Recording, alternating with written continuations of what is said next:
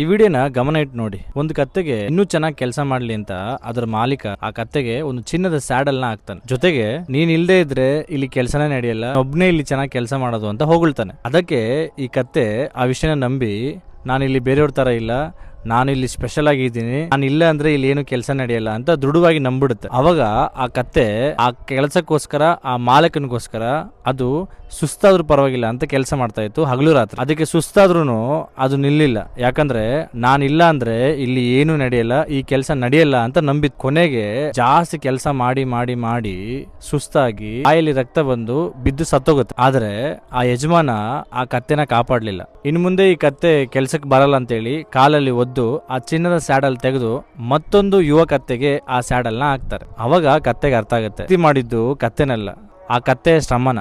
ಜೀವನದಲ್ಲೂ ಹೀಗೆ ಕೆಲವೊಬ್ರು ನಮ್ಮನ್ನ ಸಿಕ್ಕಾಪಟ್ಟೆ ಹೊಗಳ್ತಾರೆ, ಅದು ನಮ್ಮಲ್ಲಿರೋ ಪ್ರೀತಿ ಅಲ್ಲ, ನಮ್ಮಿಂದ ಆಗ್ಬೇಕಿರೋ ಪ್ರಯೋಜನಕ್ಕೆ. ಹಾಗಾಗಿ ನಿಮ್ಮ ಜೀವನದಲ್ಲಿ ಅಥವಾ ನಿಮ್ಮ ಸುತ್ತಮುತ್ತ ಯಾರಾದ್ರೂ ನಿಮ್ಮನ್ನ ಜಾಸ್ತಿ ಹೊಗಳ್ತಾರೆ ಅಂದ್ರೆ ಸ್ವಲ್ಪ ಯೋಚನೆ ಮಾಡಿ ನೋಡಿ, ಅದು ಪ್ರೀತಿನ ಅಥವಾ ನಿಮ್ಮಿಂದ ಪ್ರಯೋಜನ ಪಡ್ಕೋಬೇಕು ಅನ್ನೋ ತಂತ್ರನ ಅಂತ.